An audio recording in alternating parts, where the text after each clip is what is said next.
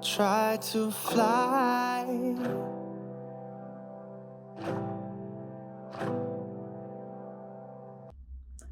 Друзья, всем привет!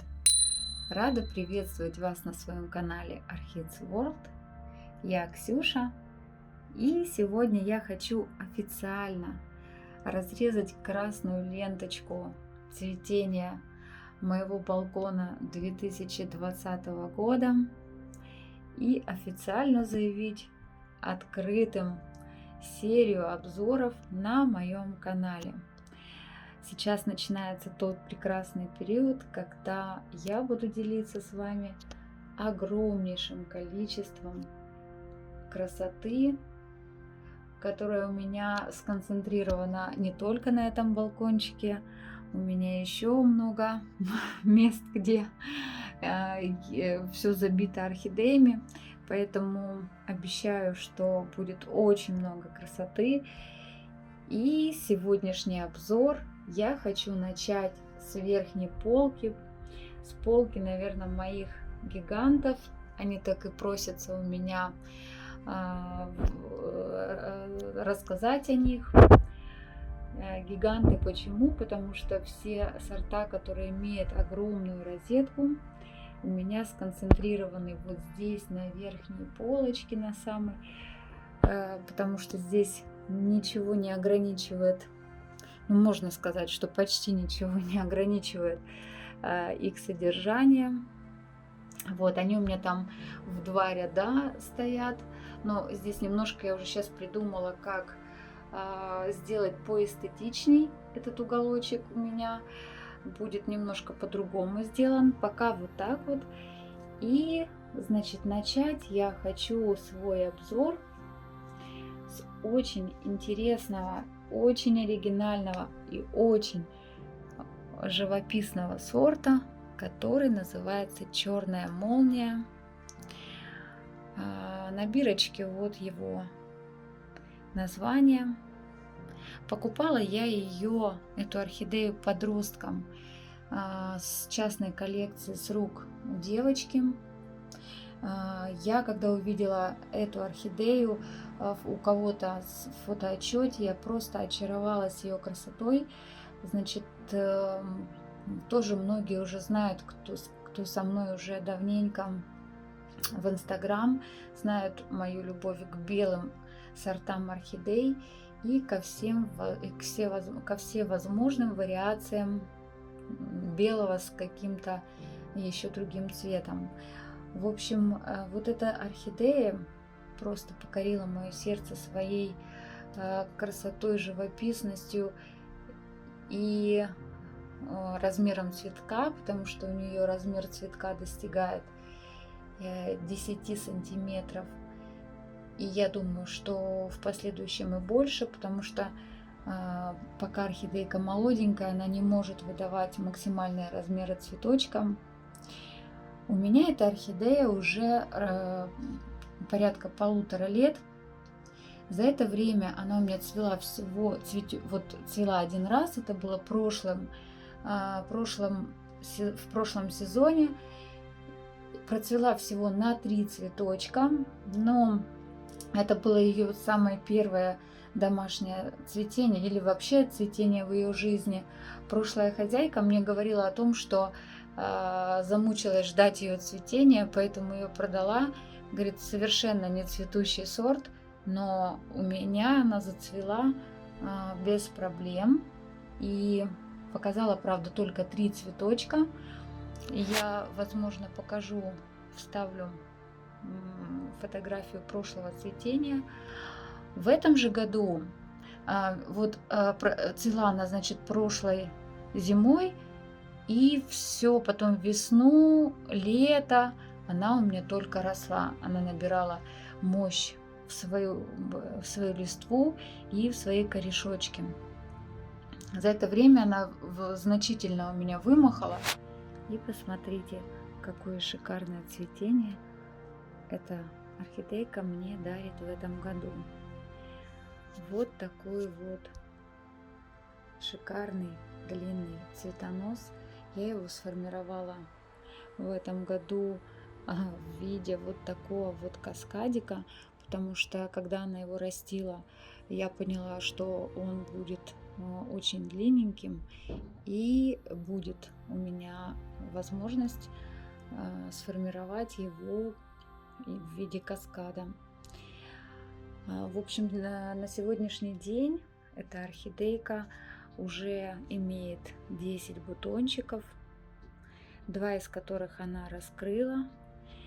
И сейчас я о них тоже расскажу. Сейчас остановлюсь немножко о бутошках, покажу бутончики. Вот бутончики очень красивые, живописные бутоны. Вот процесс, когда бутоны формируются, наливаются, считаю тоже таким достаточно интересным процессом, особенно у таких вот сортов, как, ну, по мне, таких художественных сортов, да. Вот. На сегодняшний день уже она у меня раскрыла 2 бутончика. И посмотрите, какие они интересные. Причем оба. Когда она открыла первый цветочек, я подумала, что, ну, наверное, первый цветочек только будет таким каким-то оригинальным. Не могу назвать его мутантиком, потому что все же он имеет петалию нормальную, просто она какой-то другой формы. И видите, какой окрас интересный. В общем, я подумала сначала, что будет один такой цветочек, но когда она открыла второй, я поняла, сейчас покажу, поняла, что он имеет такую же форму, вот, абсолютно такой же окрас. Вот, смотрите, какая красота на вот этой верхней сепалии. Просто художественное изобретение какое-то, очень красивое оформление цветочка, даже несмотря на то, что эти цветочки имеют, видите, такую нестандартную и не по сорту форму, но мне интересно наблюдать, как будут дальше раскрываться цветочки, какой они будут формы. Обязательно тоже еще покажу. И, кстати, еще у меня эта орхидейка пустила боковое ответвление. Вот она растит у меня эту веточку, не заморозила. Сейчас, секунду. Вот, веточка продолжает свой рост. Сначала подумала, что, наверное, она не вытянет такое цветение обильное, потому что это второе в жизни ее цветение, и настолько много цветочков дала, что я подумала, что все же она заморозит это, но она развивает боковое ответвление. Я вижу, что рост есть, тянется к лампе. Буду еще немножко формировать этот цветонос в направлении основного. Значит, у меня эта орхидейка сидит в мхе.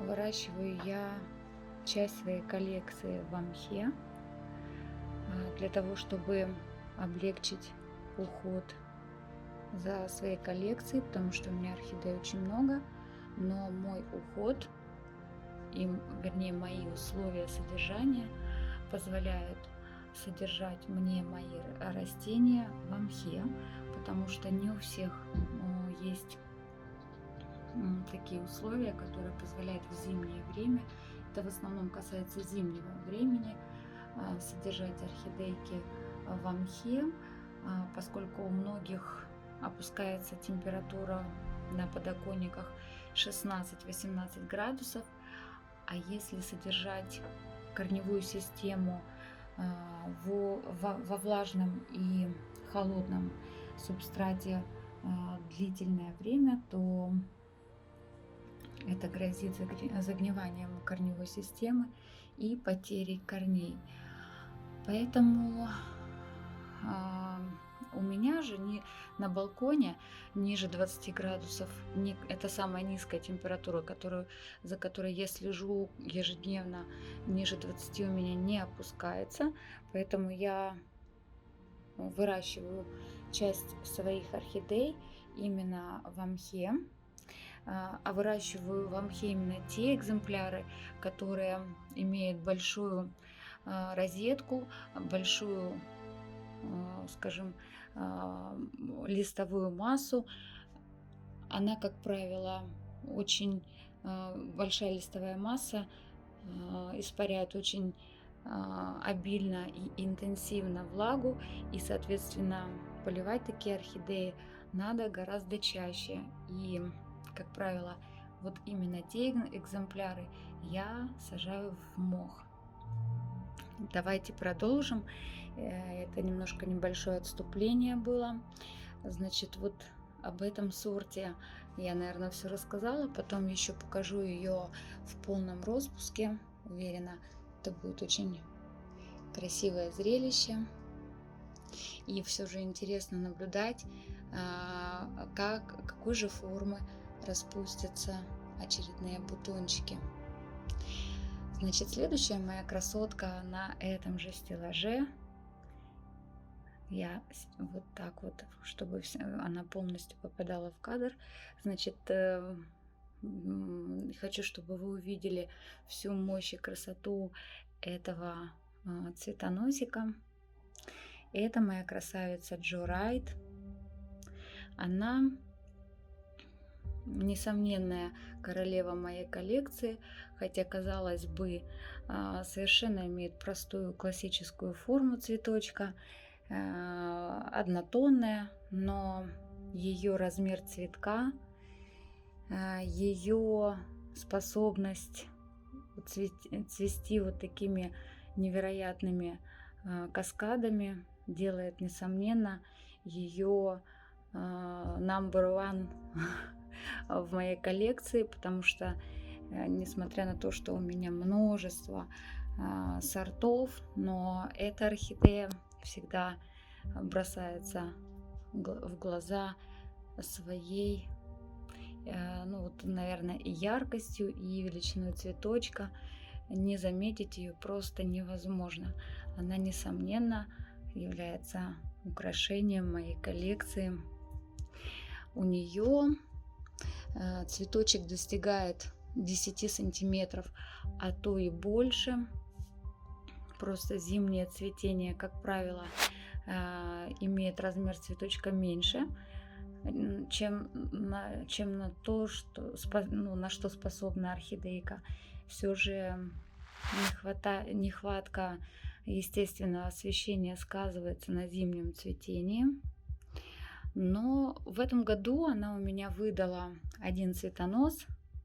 Выдала она у меня одна из первых. Это еще было конец лета. Я еще очень удивилась, узнав, что уже начали проклевываться цветоносики.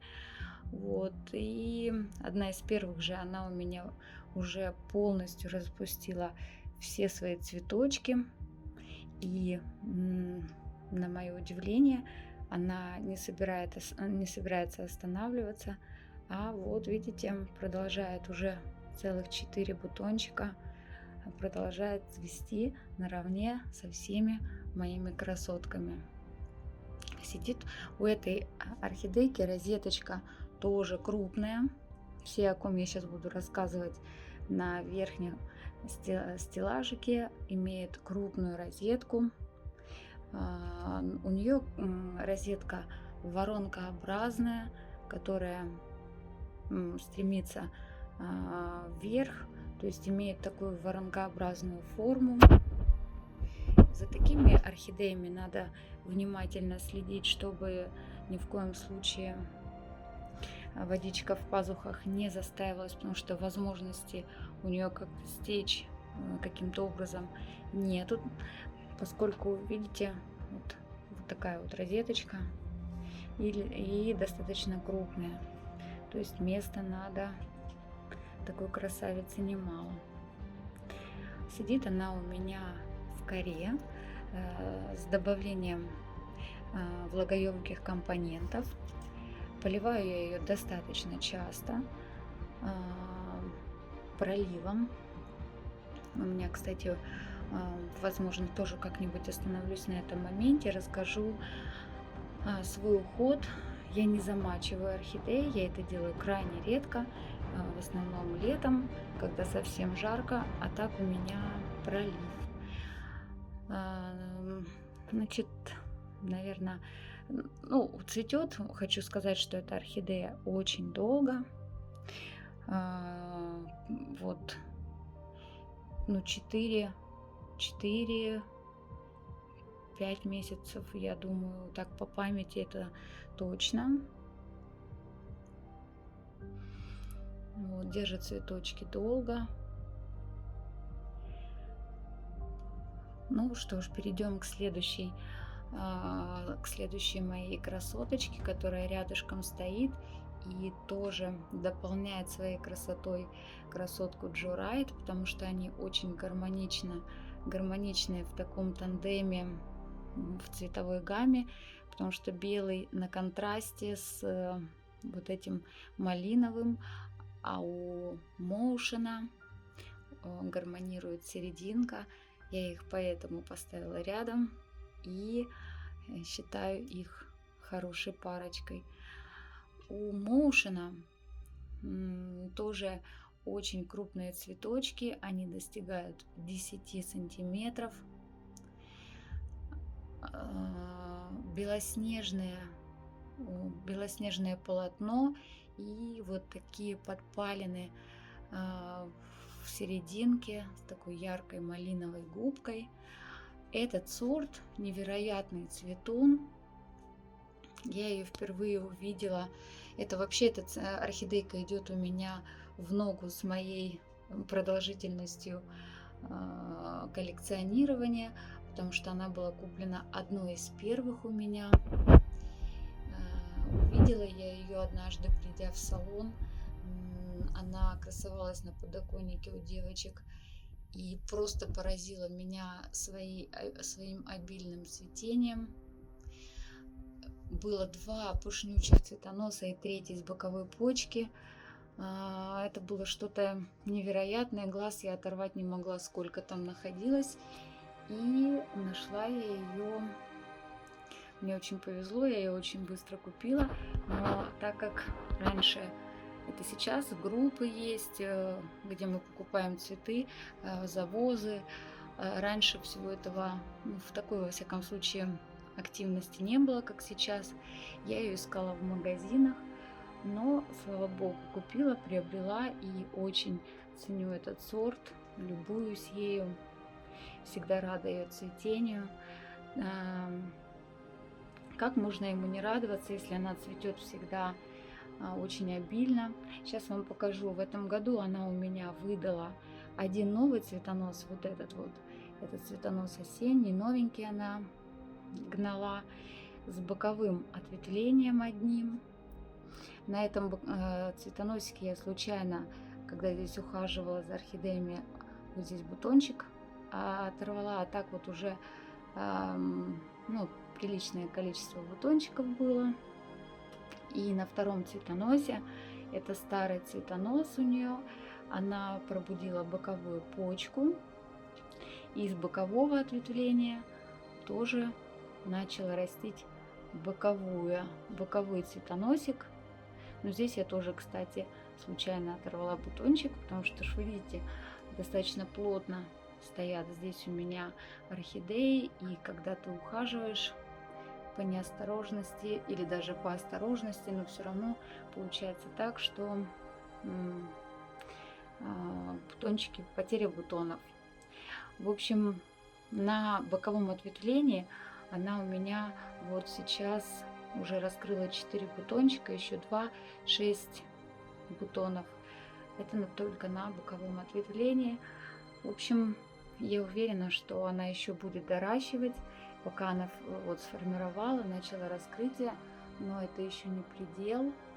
Уверена, что еще покажет свои цветочки. Розеточка у нее прям очень крупная. Вот ее листья. Они узкие, но длинные. Вот они. Узкие, но очень длинные, сантиметров по 30.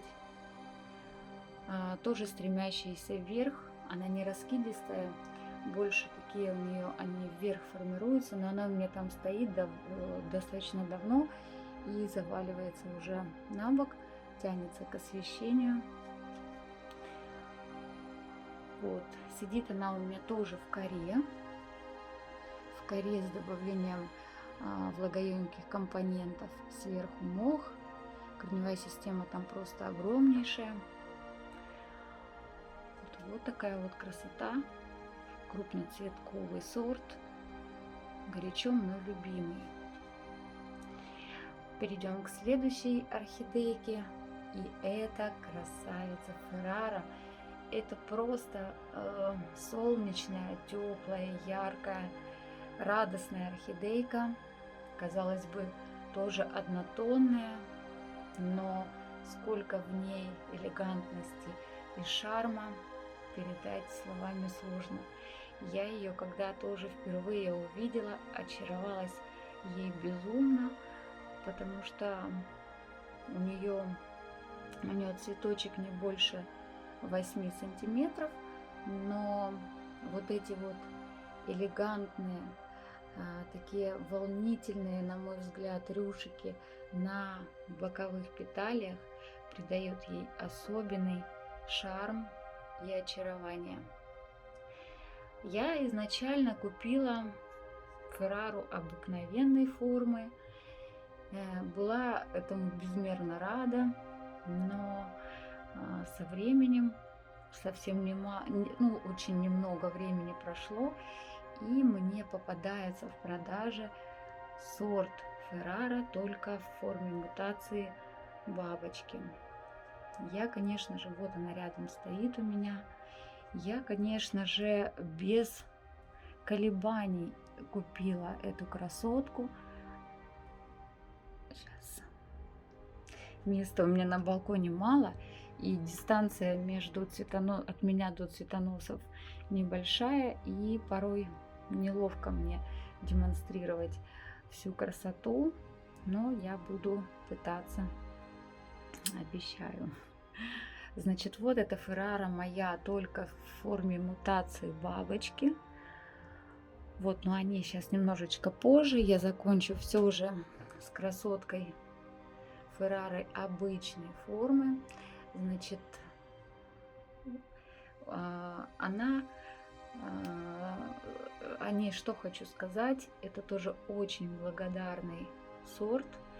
Очень многие коллекционеры любят желтые орхидеи, и вот я ее очень настоятельно рекомендую иметь у себя в коллекции, потому что она и достаточно долго цветет пышно. В этом году она у меня не выдала цветоносов вообще, то есть вот это оба цветоноса, оба с прошлого цветения, с цветения 2019 года. Вот. Но она зато пробудила, у меня были вот эти две палочки торчащие, как многими нелюбимое состояние, как торчат палочки, но я терплю, тоже раньше отрезала. Сейчас у меня тоже, кстати, на канале там есть ролик на эту тему. Раньше я резала, сейчас я не режу свои цветоносы, я все же терплю этот не очень эстетический вид торчащих цветоносов, но зато потом наслаждаюсь вот таким вот красивейшим цветением орхидей. И я дальше тоже не собираюсь ни один цветонос резать. Вот сколько есть, столько и будет. И я уверена, что с каждым разом мощь цветения будет все больше. Уверена. Просто у меня сейчас тоже всего где-то по 2 старых цветоноса, потому что постоянно резала. Так вот, она у меня пробудила боковую почку. И на этом цветоносе у нее сейчас 6 цветочков, из которых она уже 3 раскрыла. Вот. И на втором цветоносике она пробуждает 2 боковые почки. Вот один и вот второй. Вот. И вот так вот красиво, очень пышно процветает. Очень многие заблуждаются, думая, что из боковых ответвлений невозможно получить красивого полноценного цветения. Я вас уверяю, можно, потому что на моей практике я уже убедилась, что орхидейки очень легко, скажем так, энергетически легче намного вырастить цветение из боковых почек, чем формировать совершенно новое цветение. Очень часто она, конечно, делает и то, и другое, то есть и растит новый цветонос, и продляет боковые почечки, но это она уже сама решает, как ей там, насколько силушки ей хватает, но в целом я все же могу рекомендовать. Ваше дело, конечно, делать, как вы посчитаете нужным, но рекомендовать оставлять цветоносы я все же буду. Значит, что я могу по ней сказать? Розетка у нее тоже гигантская, но она тоже такая вот, видите, формирующаяся вверх, поэтому вроде и занимает много места, и в то же время нет, потому что не раскидистые листочки. Сидит она у меня в коре, классическая посадка с добавлением тоже влагоемких компонентов. Вот. Со временем она немного выгорает, все же, как многие желтые сорта, но незначительно. Ее выгорание, знаете, придает ей больше, наверное, такой нежности, спокойствия, такой изящности. Вот. Это ее совсем не портит. Ну вот даже сейчас на следующей орхидейке покажу, насколько она выгорает не сильно. Вот такая вот красотка. Очень люблю этот сорт. И знаете, даже когда я купила бабочку, ни малейшего желания не было мне продать второй экземпляр обычной формы, ну, чтобы место освободить, дабы есть бабочка, у меня нет.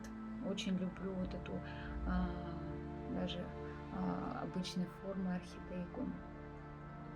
Так, ну перейдем, покажу, уже они у меня рядом стоят, формируют вот такой вот яркий букетик, желтый букетик. Рядом специально поставила, чтобы такое яркое пятнышко было у меня на стеллаже. Значит, рядышком моя феррарка, как я уже сказала, только в виде бабочки. У нее, кстати, тоже очень отличается цветение весна-лето от зимнего и по форме цветочка, и размером тоже. Сейчас она не настолько тоже имеет крупный цветочек, весной покрупнее намного, и форма как-то вот все же другая. Один цветочек, кстати говоря, видите, имеет такую петалью, как у трилипса, вот правая. Одна вот бабочкой, вот это, а вот это как трилипс. Но все остальные цветочки в форме бабочки. Но вообще такая тенденция у орхидей с мутациями наблюдается, когда орхидея цветет с боковых ответвлений. То есть с основных цветоносов, как правило, если это бабочка, то это всегда бабочка. А я уже замечала вот сорта бабочки в боковом цветении могут быть трилипсом, как правило. Пилором не наблюдала, только трилипсиком. Вот, так что вот такая вот у меня красивая орхидея, потому что помимо того, что у этого сорта очень красивые боковые, как я сказала, рюшики, Плюс, когда у нее вот эти защипы на петалиях, и это еще больше придает ей ажурности и дополнительной красоты. Значит, по поводу выгорания, сейчас хочу показать. Вот на этой веточке у меня, значит, как раз вот этот цветочек уже достаточно давно открыт, он уже старенький, даже уже маленько имеет такой, знаете, ну, не то чтобы подвявший вид, но уже увядает. Вот в нем чувствуется не такая упругость, и поэтому можно... А вот этот бутончик, который самый, он только раскрывается. И вы видите, что какая цветовая разница. Здесь он, наверное, даже с какой-то небольшой зеленцой идет. Вот. И вот цвет вот так меняется с цветением. Даже, наверное, скажу, разницы большой нету. Не сильно-то она у меня и выгорела. Хотя сейчас зима, летом все же, я сейчас вспоминаю, летом она у меня все же выгорала. Все же, да, наверное, имеет значение, что сейчас нету палящего солнышка, и за счет этого все же цветение остается более насыщенным. Вот. Значит, что могу по ней сказать? Это будет тоже сейчас уже, наверное, у меня последняя орхидейка. Дальше будут сорта следующие, будут уже в следующем обзоре, чтобы вас сильно не утомлять. Значит, вот это моя Феррара бабочка. Она у меня тоже не пустила ни одного нового цветоносика в этом году. Ну, даже не в этом году, а в зимнем цветении. Вот эти оба цветоноса, это старые цветоносики, которые она у меня пустила в прошлых тоже цветениях. Это тоже она у меня цвела с них весной. Даже, наверное, да, оба весенние. По памяти так вспоминаю. Вот, я их отрезала до живой почечки. И они так у меня стояли. И с приходом весны, чтобы вы понимали, посмотрите, у меня ведь это боковое ответвление, видите? И на боковом ответвлении она пробуждает две почки. И вот с двух почек она формирует вот такое красивое, очень пышное, нарядное цветение. А вот этот цветоносик тоже с боковой почечки она процветает. Вернее, даже не так было. Она у меня тоже запустила цветение с боковой почки, но я здесь, ухаживая за орхидейками, случайно, он был небольшой отросточек, я случайно ломаю растущий цветоносик, и я, значит, отрезаю цветонос до следующей почки. Я, честно сказать, не очень надеялась на то, что она у меня пробудет на этом цветоносе следующую почку, но все же я чикнула до я, как правило, видите, сколько оставляю, сантиметра 3, где-то так, вот. И приятно была удивлена, когда увидела, что все же она опять попыталась процвести. То, что ей не удалось процвести, я помешала. Она все же решила сделать очередную попытку. И вот она у меня сейчас уже 5 бутончиков вырастила, 2 из которых только-только открыла. Красавица. Мне очень хочется, конечно, вам показывать со всех сторон, но не очень удобно и немного, наверное, теряется еще фокус. Вот такая вот красота. Это очень свежие цветочки, они только-только открылись.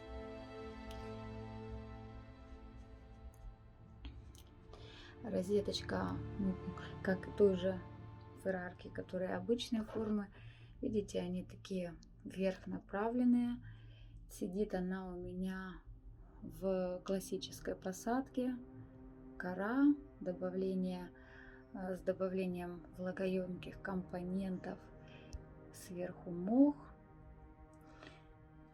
Всегда под лампами. У меня лампы включены с самого утра, с 7 утра. Вот, в общем, могу сказать, что сорт постоянно цветущий.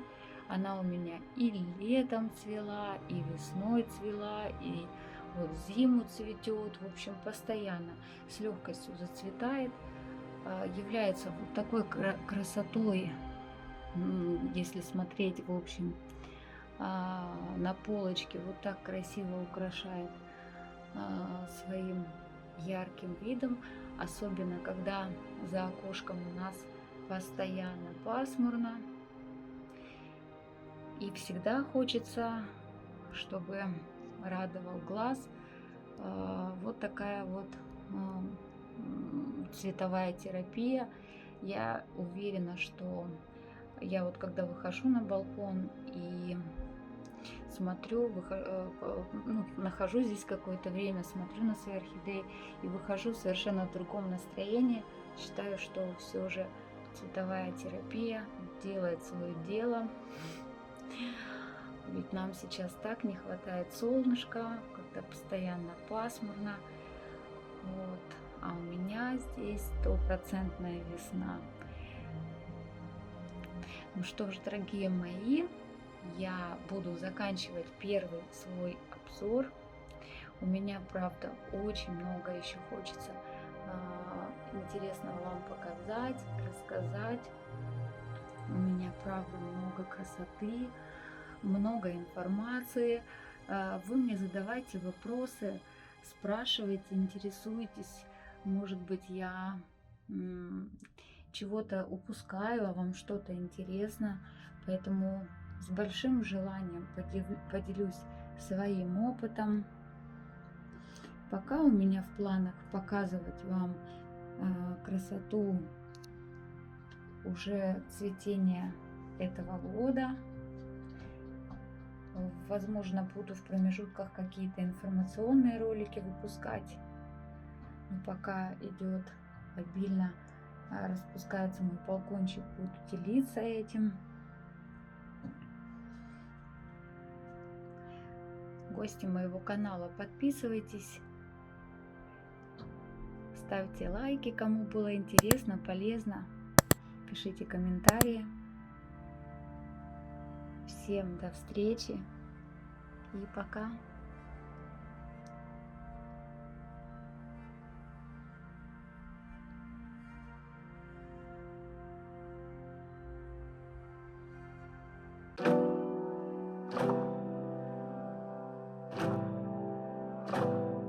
Try to fly